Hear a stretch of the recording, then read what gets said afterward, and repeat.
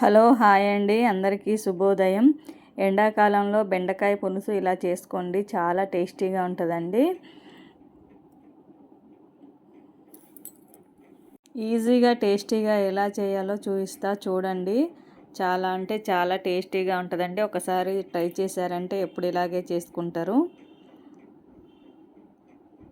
బెండకాయ కర్రీ తినని వాళ్ళు కూడా తింటారండి ఇలా చేస్తే. ఒకసారి ట్రై చేయండి, చాలా టేస్టీగా ఉంటుంది.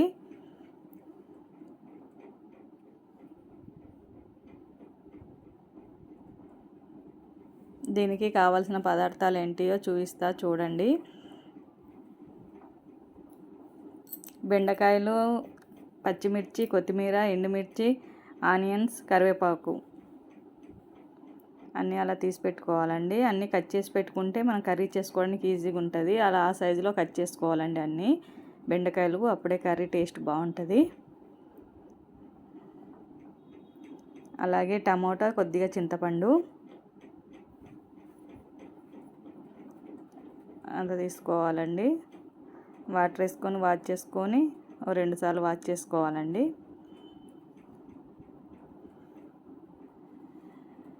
వాష్ చేసిన తర్వాత వాటర్ వేసుకొని అవి మంచిగా జ్యూస్ అంతా వచ్చేలాగా బాగా మిక్స్ చేసుకోవాలి.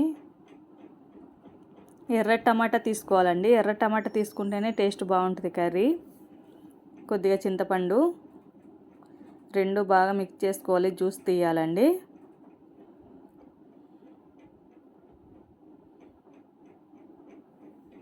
అలా బాగా మెత్తగా మిక్స్ చేసుకొని ఆ జ్యూస్ అంతా అలా తీసేసుకోవాలి. తొక్కలన్నీ, చింతపండు టమాటా తొక్కలన్నీ తీసి పక్కకు పడేసుకోవాలి. తొక్కలు ఏం లేకుండా చేసుకోవాలండి. అలా అన్నీ తీసి పెట్టుకోవాలి, నేను చూపించే విధంగా అలా పక్కకు పెట్టుకోవాలండి. అది బౌల్ తీసుకొని ఆయిల్ వేసుకొని ఓన్లీ జీలకర్ర వేసుకోవాలండి. ఎక్కువగా ఇంకేం అవసరం లేదు, ఓన్లీ జీలకర్రే.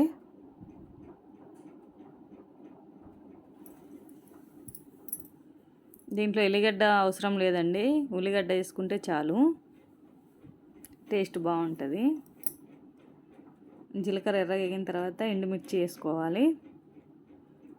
ఎండుమిర్చి వేగిన తర్వాత ఆనియన్స్ వేసుకోవాలి. ఆనియన్స్ కొంచెం పెద్ద ముక్కలుగానే కట్ చేసుకోవాలండి, అప్పుడే టేస్ట్ బాగుంటుంది.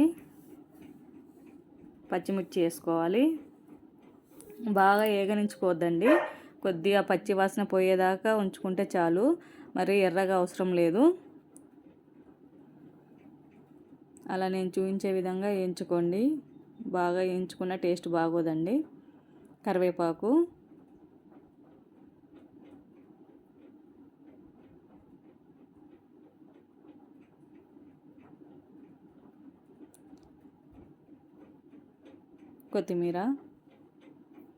కొత్తిమీర వేసుకొని కాసేపు ఆయిల్ వేయించుకుంటే చాలా టేస్టీగా ఉంటుందండి. కొత్తిమీర కంపల్సరీ వేసుకోవాలి ఈ కర్రీలో. కొత్తిమీర వేసుకుంటే స్మెల్ చాలా బాగుంటుంది, టేస్ట్ కూడా బాగుంటుంది.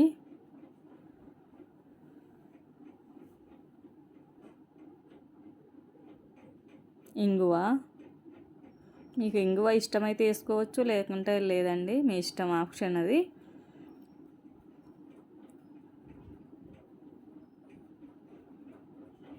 పసుపు తగినంత,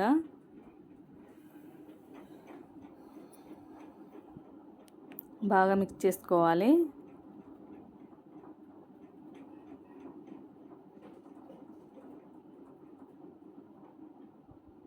అంతా కలిసిపోయేలాగా బాగా మిక్స్ చేసుకోవాలండి. బెండకాయలు వేసుకోవాలి అంతే. ఆనియన్స్ ఎక్కువ వేయగద్దండి, అలా వేగితే చాలు. బెండకాయ వేసేసుకొని ఫ్రెష్గా ఉండే బెండకాయ తీసుకుంటే చాలా టేస్టీగా ఉంటుందండి.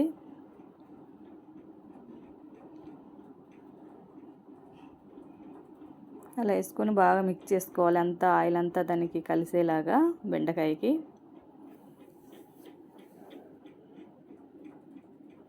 బాగా మిక్స్ చేసుకోవాలి. ఆయిల్ అంతా మొత్తం పట్టేలాగా మిక్స్ చేసుకోవాలండి. మూత పెట్టుకొని ఒక 5 మినిట్స్ ఉడికించుకోవాలి. అలాగే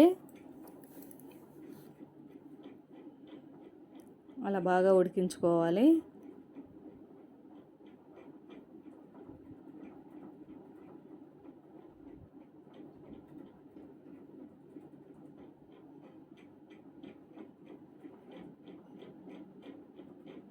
కారం తగినంత,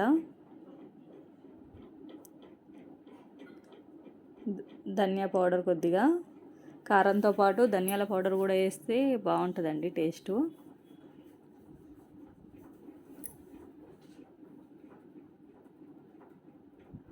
బాగా మిక్స్ చేసుకోవాలి.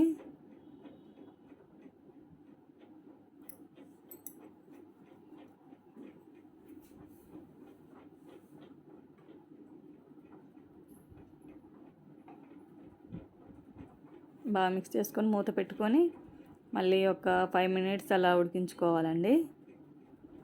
అలా ఉడికిన తర్వాత మనం జ్యూస్ తీసి పెట్టుకున్నాం చూడండి, టమాటో చింతపండు జ్యూసు, అది వేసేసుకోవాలి. ఇంకా కొన్ని వాటర్ కూడా వేసుకోవాలండి.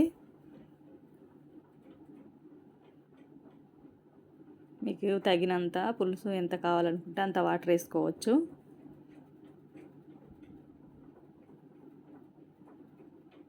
అలా బాగా మిక్స్ చేసుకొని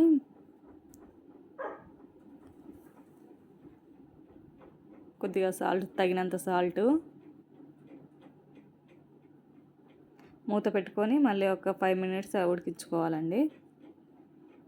అలా ఉడుకుతూ ఉండగా మనము బెల్లము సన్నగా కట్ చేసుకొని కొద్దిగా బెల్లం వేసుకుంటే టేస్ట్ చాలా బాగుంటుందండి. ఈ కర్రీ బెల్లంతోనే టేస్ట్ బాగుంటుంది. అలా కొద్దిగా వేసుకోండి. పులుసు, కారం, ఉప్పు అన్నీ కరెక్ట్ ఉంటాయండి కొద్దిగా బెల్లం వేసుకుంటే. చాలా బాగుంటుంది.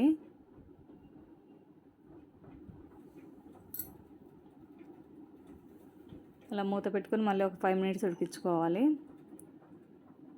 అలా ఉడుకుతూ ఉంటే కొబ్బరి పొడి కూడా వేసుకోవాలండి లాస్ట్లో, కొబ్బరి పౌడర్.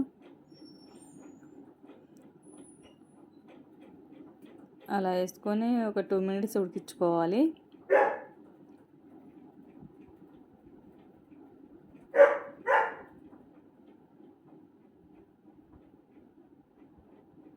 మూత పెట్టుకొని ఒక 2 మినిట్స్ అలా ఉడికించుకోవాలండి. అంతే, ఇంకా కొత్తిమీర వేసి దించేసుకోవడమేనండి. అంతే, ఎంతో టేస్టీగా ఉండే బెండకాయ పులుసు. ఒకసారి ట్రై చేయండి, చాలా టేస్టీగా ఉంటుందండి. ఈ స్టైల్లో ఒకసారి ట్రై చేయండి. ఎప్పుడు మళ్ళీ ఇలాగే చేసుకుంటారు, అంత టేస్టీగా ఉంటుంది కర్రీ. అంతే అండి.